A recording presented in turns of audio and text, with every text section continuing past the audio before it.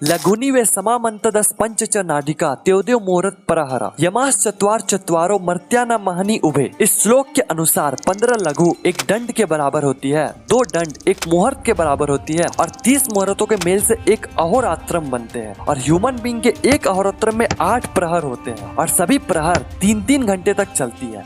इसमें से दिन का प्रहर पूर्वाहन, मध्याह्न, अपराह्न और सायंकाल और रात के प्रहर प्रदोष, निशीथ, त्रियामा और उषा। पूर्वाहन से लेकर सायंकाल यानी कि सुबह 6 बजे से लेकर शाम के 6 बजे तक हम जितने भी एक्टिविटी करते हैं उसे दिनचर्या कहा जाता है। और प्रदोष से लेकर उषा यानी कि शाम के 6 बजे से लेकर सुबह के 6 बजे तक हम जो कुछ भी करते हैं उसे रात्रिचर्या कहा जाता है। और आज हम संपूर्ण दिनचर्या और रात्रिचर्या के बारे में जानेंगे कि हमें कब, कैसे और क्या करना चाहिए और क्या नहीं करना चाहिए, क्योंकि जाने अनजाने हम कई सारे ऐसे एक्टिविटी कर बैठते हैं जो हमें नेगेटिवली इफेक्ट करते हैं। इसलिए हमारा दिनचर्या कैसा हो जिससे हम स्वस्थ रह पाए, इसके बारे में आयुर्वेद विस्तार पूर्वक बताती है। हमारे चारों मुख्य वेदों में से अथर्ववेद का उपवेद आयुर्वेद की व्याख्या करते हुए चरक संहिता में महर्षि चरक जी कहते हैं, हिता हितम सुखम दुख मायुस्तस्य हिता हितम मानंच तच योक्त्रोक्त मायुर्वेद स उच्यते। अर्थात जिस ग्रंथ में हित आयु यानी कि जीवन के अनुकूल, अहित आयु यानी कि जीवन के प्रतिकूल, सुख आयु यानी कि स्वस्थ जीवन,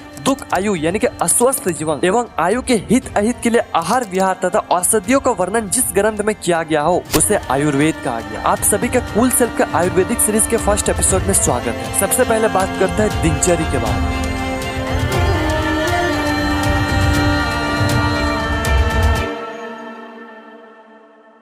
दिनचर्या एक संस्कृत वर्ड है जो दिन और चर्या के मेल से बना है। दिन यानी कि डे जैसे सुबह, दोपहर, शाम और रात, और चर्या यानी कि रूटीन, एक्टिविटी, बिहेवियर या फिर टाइम के अकॉर्डिंग काम करना, यानी कि हम पूरे दिन में जो भी क्रियाकलाप करते हैं उन सभी क्रियाकलापों को मेल को दिनचर्या कहा जाता है। अब मैं आपको स्टेप बाय स्टेप बताऊं कि दिनचर्या में आपको क्या क्या करना है, उससे पहले हम कुछ चीजें जान लेते हैं। जैसे दिनचर्या का जो कोर या फिर बेस है वो मेनली 4 है, निद्रा, आहार, योग और ब्रह्मचर्य। निद्रा में सोना उठना ये दोनों चीज आ जाती है।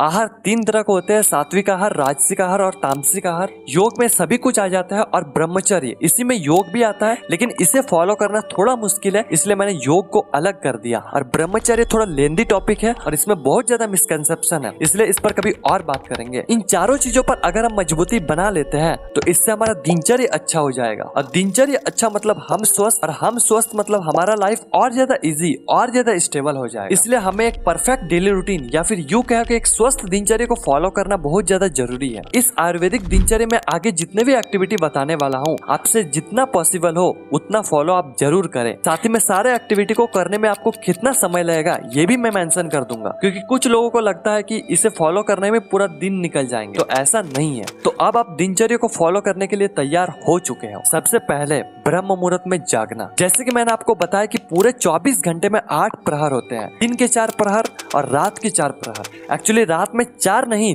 3 प्रहर होते हैं, क्योंकि जो अंतिम प्रहर होते हैं यानी कि उषा प्रहर ये सबसे स्पेशल प्रहरों में से एक है, क्योंकि यही प्रहर रात और दिन के प्रहर को अलग अलग करते हैं। ये प्रहर इन दोनों के लिए एक तरह से मिड पॉइंट का काम करता है, क्योंकि इस 3 घंटे के प्रहर में 1.5 घंटा रात और 1.5 घंटा दिन होता है। इसलिए ना ये दिन का प्रहर होता है और ना ही रात का प्रहर, और साथ ही इसी समय ब्रह्म मुहूर्त की स्टार्टिंग हो जाती है, इसलिए ये हमारे लिए और ज्यादा स्पेशल बन जाता है। बाकी आपको तो पता है कि सूर्योदय के 1 घंटा 36 मिनट पहले ब्रह्म मुहूर्त की स्टार्टिंग हो जाती है, और आयुर्वेद इसी समय उठने का सलाह देती है, क्योंकि इस समय हमारा बॉडी में वात दोष एक्टिवेट हो जाती है, यानी कि हमारा बॉडी मूवमेंट के लिए तैयार हो जाता है। बाकी इसके अलावा अनेकों बेनिफिट है जिसके बारे में मैंने इन दोनों वीडियो में बताया होता, आप इसे चेकआउट कर सकते हैं। इसके बाद उषापान, इस पर कई सारे लोगों को कई सारा डाउट है, तो सबसे पहले जिसे उषापान का मतलब नहीं पता मैं उनको क्लियर कर देता हूँ। रात्रि के अंतिम प्रहर जिसे मैंने स्पेशल प्रहर कहा यानी कि उषा प्रहर, इसी प्रहर के नाम से उषापान भी ड्राइव हुआ है। उषापान में जो उषा उपसर्ग है ये उषा प्रहर से ही आता है। उषा यानी कि सूर्योदय के पहले या फिर जिसे हम लोग भोर भी कहते हैं, और पान यानी कि पीना, अर्थात सूर्योदय के पहले पानी पीने को उषापान कहा गया है। इसमें कुछ महान विद्वानों का कहना है कि उषापान हमें सुबह उठते ही खाली पेट बासी मुंह में पानी पीना चाहिए, और कुछ लोगों का कहना है कि नहीं, ऐसा नहीं करना चाहिए। और आयुर्वेद कहते हैं कि हमें जब प्यास लगे हमें तभी पानी पीना चाहिए।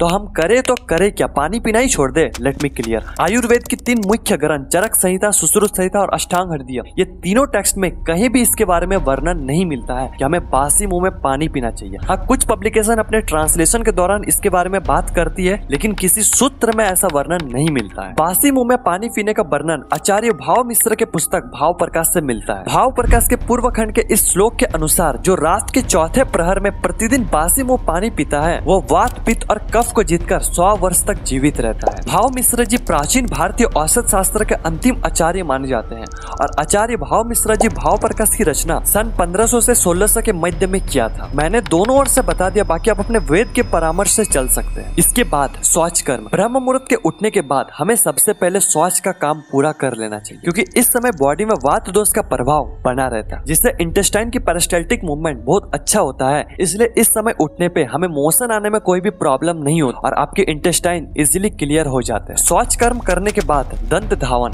यानी कि दांतों की सफाई या फिर टीथ क्लीनिंग। तो मेनली दांतों की सफाई के लिए हम 3 चीजों का यूज करते हैं।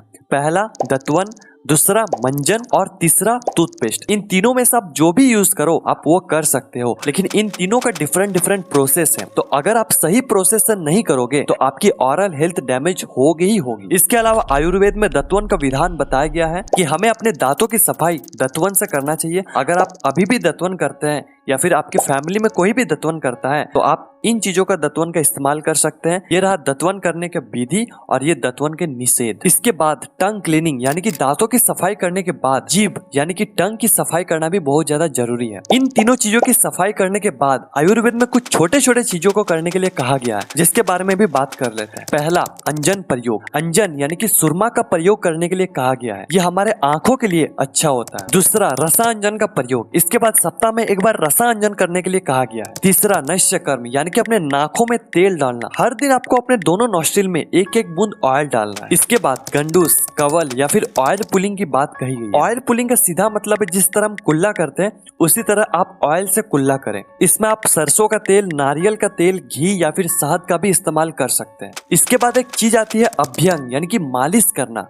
आपको हर रोज अभ्यंग की प्रैक्टिस करनी है, और अगर आप पूरे बॉडी में मालिश नहीं कर पाओगे तो एटलीस्ट सिर, कान और पैरों के तलवे पर अभ्यंग जरूर करें। तो आपको व्यायाम की ओर बढ़ना है। इस पर भी आप अलग अलग खंड करके उस क्रम में चल सकते हैं। जैसे सबसे पहले आपको ईश्वर स्तुति करना है, फिर आप सूक्ष्म व्यायाम कर सकते हैं, फिर योगासन, प्राणायाम, मुद्रा और ध्यान। इस क्रम में आप चल सकते हैं। अब कई लोगों को डाउट रहता है कि हमें कितने देर तक एक्सरसाइज करना है, तो इसका सिंपल सा आंसर ये है कि ये आपके बॉडी टाइप पर डिपेंड करता है। अगर आपका बॉडी कफर टाइप का है तो आपको ज्यादा देर और हाई इंटेंसिटी एक्सरसाइज करना है। अगर आपका बॉडी पित्त टाइप का है तो आपको मॉडरेट टाइम के लिए मॉडरेट एक्सरसाइज करना है, और अगर आपका बॉडी वाता टाइप का है तो आपको कम टाइम के लिए लो इंटेंसिटी एक्सरसाइज करना चाहिए। अब व्यायाम के कुछ समय बाद आपको स्नान यानी कि नहा लेना चाहिए। अब इस पर भी आपको ठंडे पानी से नहाना चाहिए या फिर गर्म, ये भी आपका बॉडी टाइप पर डिपेंड करता है। किसी को ठंडा पानी अच्छा लगता है तो किसी को गर्म, लेकिन आयुर्वेद में हल्के गर्म पानी से नहाने के लिए कहा गया, लेकिन गर्दन के नीचे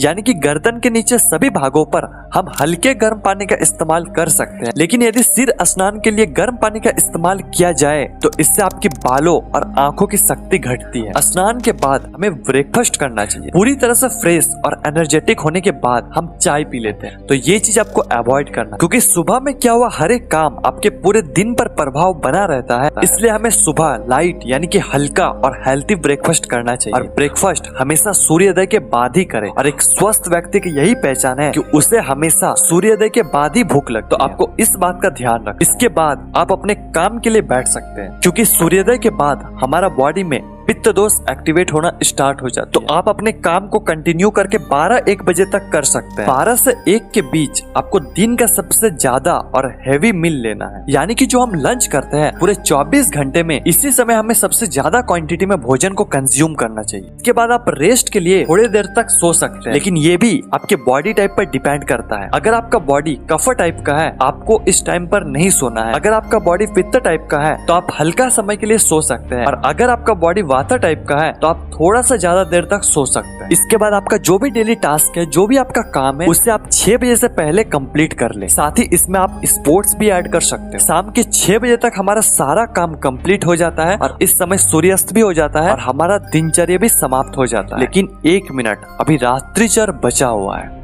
तो अब हम लोग ये जान लेते हैं कि हमें रात्रिचर में क्या क्या करना है। तो जैसे कि आपको पता है कि रात्रिचर के अंदर भी 4 प्रहर होते हैं, प्रदोष, निशीथ, त्रियामा और उषा। उषा प्रहर के बारे में हमने डिटेल में जान लिया और निशीथ और त्रियामा ये दोनों प्रहर में 3-3 घंटे करके 6 घंटे तक हम सोते हैं। बचा सिर्फ प्रदोष प्रहर, इसके बारे में भी जान लेते हैं। तो रात्रिचर में भोजन और निद्रा ये 2 सबसे इंपॉर्टेंट चीज है। पहले बात करते हैं भोजन के बारे में। तो अगर आपको 9 बजे सोना है तो आपको इससे 1-2 घंटा पहले ही भोजन या फिर डिनर कर लेना है। यानी कि 6 से 7 बजे आप अपना जो भी काम है उससे पूरा कर लेने के बाद फिर 7, 7:30 के बीच आपको डिनर कर लेना है। फिर हम सोने से पहले जो 1-2 घंटा बचता है उसमें हम या तो गेम्स खेल लेते हैं या फिर इंस्टाग्राम चला लेते हैं या फिर हम मूवी देख लेते हैं या फिर हम किसी भी तरह का कंटेंट को कंज्यूम करते हैं। तो ये सबको आपको अवॉइड करना है। सोने के 2 घंटा पहले आपको किसी भी तरह का इलेक्ट्रॉनिक गैजेट का यूज नहीं करना है। आप अपने रूम को थोड़ा डिम लाइट जला के रखें, यानी कि हल्के लाइट पर काम करें। आप इस टाइम पर गेम्स की जगह आप अपने हॉबी को फॉलो कर सकते हैं। रील्स स्क्रॉल करने की जगह आप बुक पढ़ सकते हैं। मूवी देखने की जगह पर आप किसी का बायोग्राफी पढ़ सकते हैं। बाकी आपको पता है कि ऐसा क्यों करना है। इसके बाद आपको 9, 9:30 के बीच आपको सो जाना। इस दौरान सोते सोते आप सपना देखो या फिर खराटे मारो, ये आपके ऊपर है। आज के लिए बस इतना ही।